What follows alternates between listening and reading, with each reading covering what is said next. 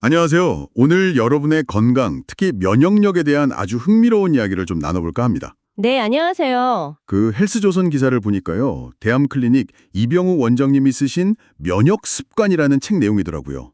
여기서 추천하는 매일 먹으면 좋은 항암 식품 12가지. 오늘은 이걸 좀 집중적으로 파헤쳐볼까 합니다. 아, 네, 아주 좋은 주제네요. 요즘 다들 면역력에 관심이 많으시니까요. 그렇죠.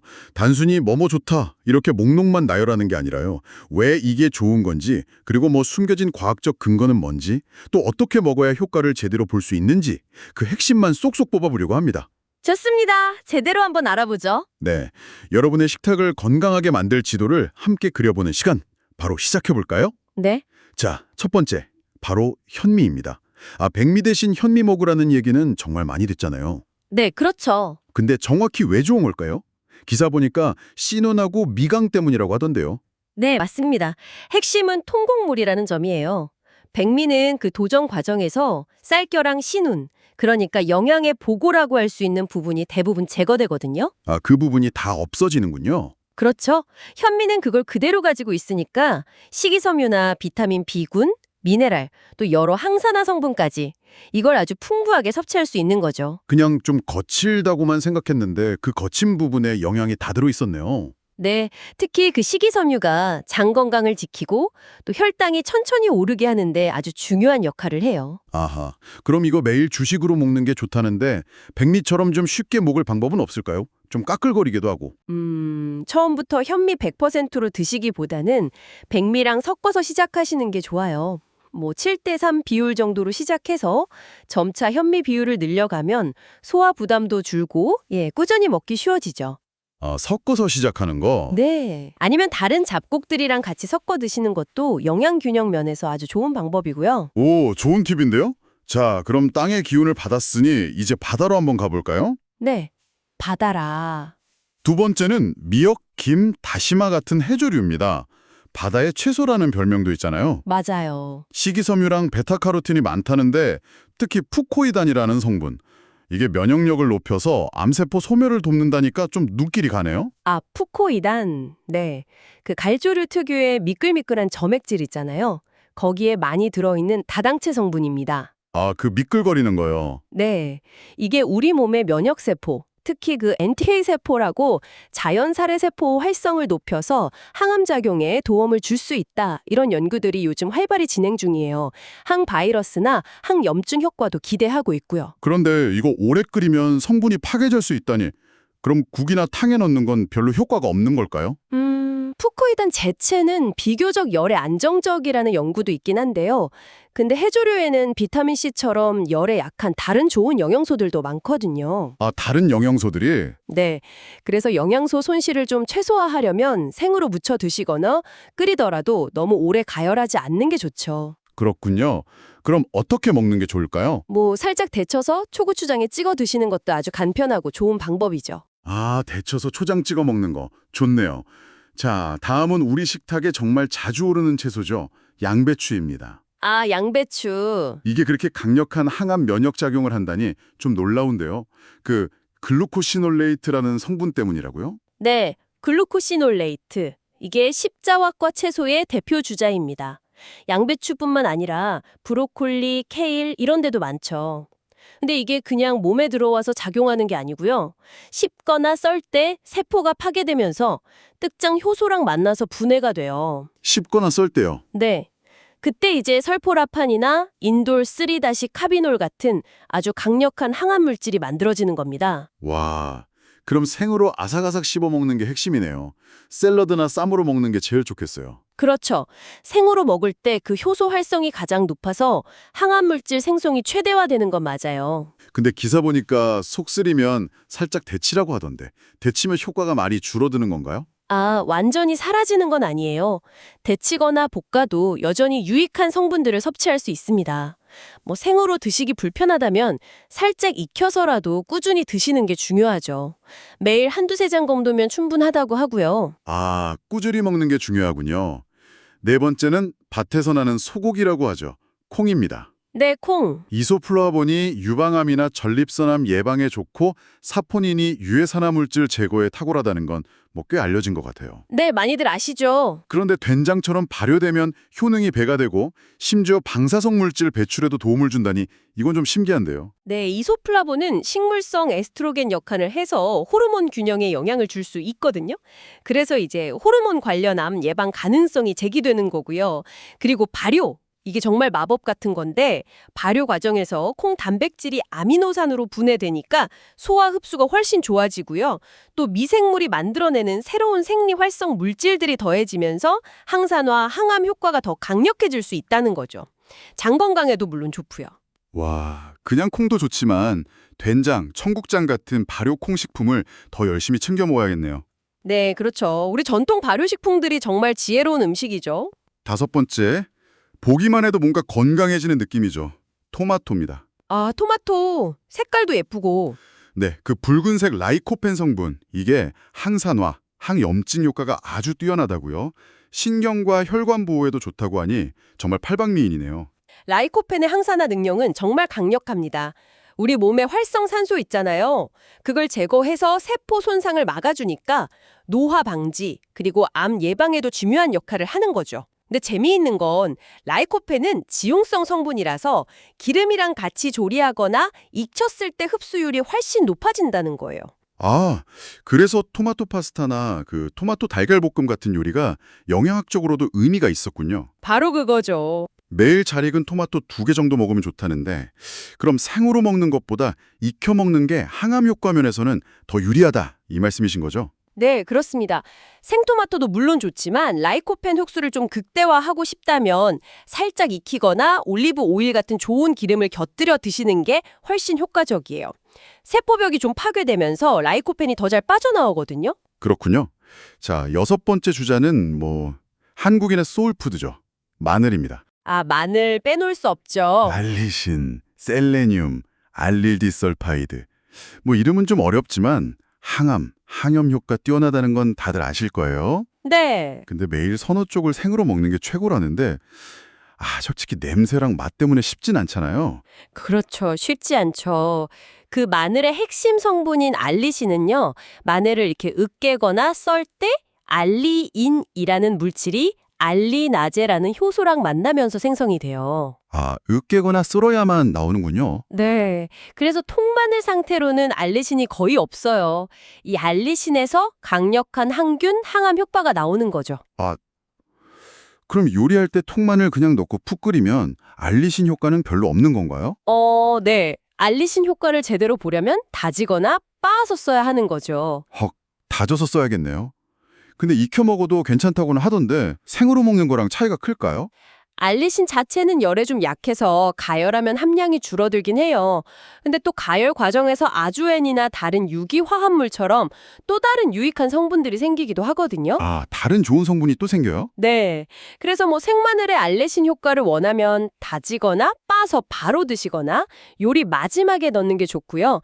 근데 위장이 약하거나 냄새가 좀 부담스러우시면 익혀 드셔도 여전히 건강상 이점을 얻을 수 있습니다. 네. 7번째는 아침 사과는 금사과라는 말도 있죠. 사과입니다. 네, 사과. 식이섬유 팩틴이 장내 유산균을 늘리고 유해물질 배출을 돕는다는데 이게 대장암 예방이랑 연결된다는 거군요. 맞아요. 팩틴은 대표적인 수용성 식이섬유인데요. 이게 물에 녹아서 젤 형태로 변하면서 장 속에 있는 노폐물, 독소, 과도한 지방 성분 같은 거를 이렇게 흡착해서 몸 밖으로 내보내는 역할을 해요. 완전 장 청소부네요. 콜레스테롤, 중성지방, 농약까지 배출시킨다니. 그렇죠. 동시에 유익균의 좋은 먹이가 되어주니까 장내 환경 개선하고 면역력 강화에도 기여하고요. 그런데 껍질에 유효 성분이 많으니까 꼭 껍질째 먹으라고 강조하네요. 사실 껍질은 좀 찝찝해서 깎아 먹을 때가 많은데. 그렇죠. 식초물에 헹궈 먹으면 괜찮을까요? 네, 껍질에는 팩틴뿐만 아니라 퀘르세틴 같은 강력한 항산화 성분도 아주 풍부해요. 그래서 영양적으로는 껍질째 드시는 게 훨씬 이득이죠. 말씀하신 것처럼 식초나 베이킹소다 푼 물에 잠시 담갔다가 흐르는 물에 깨끗이 씻으면 잔류 농약 걱정을 훨씬 덜 수 있습니다. 그렇게 씻으면 되는군요. 이제 차 한잔 할까요? 8번째는 녹차입니다. 네, 녹차 좋죠. 그 떫은 맛의 주인공, 카테킨, 특히 ECGG라는 성분이 항산화 효과가 뛰어나고 암세포 증식 억제하고 치매 예방에도 좋다고요. 네, ECGG 아주 유명한 성분이죠. 그런데 효과를 제대로 보려면 티백 말고 말차 가루를 먹으라고 하네요.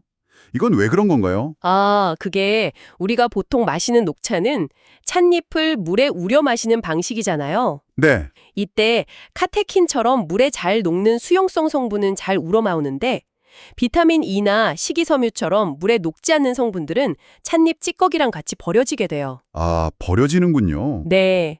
반면에 말차는 찻잎 전체를 아주 곱게 갈아서 만든 가루를 물에 타서 마시는 거잖아요. 그렇죠. 그래서 찻잎의 영양을 거의 100% 섭취할 수 있는 거죠.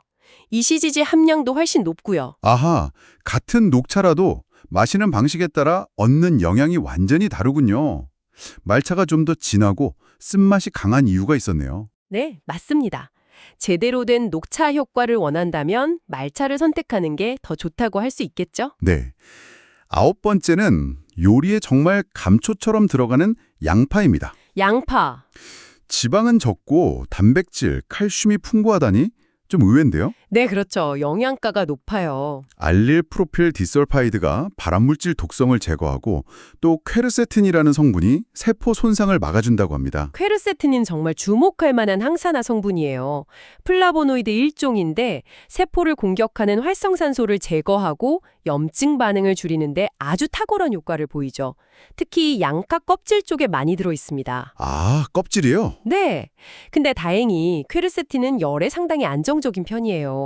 그래서 볶음, 찌개, 국, 다양한 요리를 통해서 꾸준히 섭취하기가 좋습니다. 오, 다행이네요. 하루 반 개 이상 먹으면 좋다는데 익혀도 성분 변화가 크지 않다는 점이 아주 마음에 듭니다. 네, 정말 어떻게 먹어도 좋은 만능 채소죠. 10번째는 그 특유의 알싸함이 매력인 생강입니다. 네, 생강. 진저롤이라는 성분이 항산화, 항염증 작용을 하고 특히 대장암, 난소암, 유방암 등의 항암 효과를 보인다는 연구 결과가 있다고요? 네, 생강의 매운맛과 향을 내는 진조롤과 쇼가올. 이게 핵심 생리 활성 물질인데요. 진조롤은 생강에 많고 쇼가올은 말리거나 가열할 때 더 많이 생성돼요. 아, 마르면 또 다른 성분이 나오는군요. 그렇죠. 두 성분 모두 강력한 항염증 효과를 가지고 있는데 이 만성염증이 암을 비롯한 여러 질병의 뿌리가 될 수 있다는 점에서 생강의 역할이 중요하다고 볼 수 있죠. 아, 몸을 따뜻하게 하고 감기 예방에도 좋다고만 알았는데 항암 효과까지 있다니 더 자주 챙겨 먹어야겠어요. 네, 요리 양념이나 차로 하루 한두 잔 마시면 면역력 증진에 도움이 된다고 하니 부담 없이 즐길 수 있겠네요. 그렇죠. 생강은 소화 촉진이나 멀미 완화 같은 다양한 효능이 있어서 예로부터 약재로도 많이 쓰였잖아요. 다만 위가 좀 약한 분들은 공복에 너무 많이 드시는 건 피하는 게 좋습니다. 네, 알겠습니다. 이제 거의 다 왔습니다. 11번째는 귀한 약재, 인삼입니다. 아, 인삼? 핵심 성분인 진세노사이드, 특히 RH2, RH3 같은 것들이 면역 기능을 높이고 신경 보호 효과도 있다고 해요. 네. 진세노사이드는 인삼 사포닌을 통칭하는 말인데요. 그 종류가 수십 가지에 달하고 각각 조금씩 다른 효능을 나타냅니다. 면역세포의 기능을 조절해서 면역력을 높이는 효과가 가장 대표적이죠. 항암 치료 부작용을 줄여준다는 점도 주목할 만하네요. 네. 그리고 스트레스 저항력을 높이거나 피로를 개선하는 등 전반적인 신체 활력 증진에도 도움을 줄 수 있고요. 꿀에 찍어 생으로 먹거나 차로 끓여 먹으라고 하는데 혹시 홍삼으로 먹는 건 어떤가요? 보통 홍삼을 더 많이 먹는 것 같아서요. 아, 좋은 질문이신데요. 인삼을 찌고 말리는 과정에서 홍삼이 되잖아요. 이때 진세노사이드의 종류와 구성비가 좀 변화해요. 그래서 일부 특정 진세노사이드 함량이 증가하면서 생삼과는 또 다른 효능을 나타내기도 하죠. 예를 들면 면역력 증진이나 혈행 개선 효과는 홍삼에서 더 두드러진다는 연구들이 있습니다. 아, 그렇군요. 네, 어떤 형태든 꾸준히 섭취하는 것이 중요하다고 할 수 있겠습니다. 네. 드디어 마지막 12번째입니다. 피망과 고추예요. 네, 피망 고추. 피망에는 베타카로틴, 테르페노이드 같은 항암 성분하고 비타민, 식이섬유가 풍부하고 또 고추의 캡사이신, 이게 항산화, 항염증 작용으로 종양 진행을 막아준다고요? 네, 캡사이신. 매운맛 성분이죠. 근데 매운 고추가 위에 안 좋다는 얘기도 있는데 괜찮을까요? 캡사이신이 너무 과도하면 위 점막을 자극할 수는 있는데요. 기사 내용처럼 그냥 일상적인 섭취 수준에서는 오히려 위 점막을 보호하고 소화를 돕는다는 연구 결과도 있어요. 오, 오히려요? 네, 캡사이신은 통증 완화 효과 외에도 신진대사를 촉진하고 체지방 연소를 돕는 효과도 있고요. 항암 효과에 대한 연구도 꾸준히 진행 중입니다. 그리고 피망의 그 다채로운 색깔별 영양소, 특히 비타민 C하고 베타카로틴의 항산화 효과도 빼놓을 수 없죠. 네, 이렇게 이병옥 원장이 추천하는 12가지 항암식품, 현미부터 피망, 고추까지 정말 알찬 여정이었습니다. 네, 정말 유익한 정보들이 많았네요. 그렇죠. 매일 먹는 음식이 우리 몸의 방어력을 키우는 열쇠가 될 수 있다는 사실, 다시 한번 깨닫게 되네요. 맞습니다. 오늘 살펴본 식품들은 각자 정말 고유한 방식으로 우리 몸의 면역 체계를 지원하고 암 예방에 도움을 줄 수 있는 잠재력을 가지고 있어요. 그런데 여기서 한 가지 더 좀 깊이 생각해 볼 지점이 있습니다. 어떤 점일까요?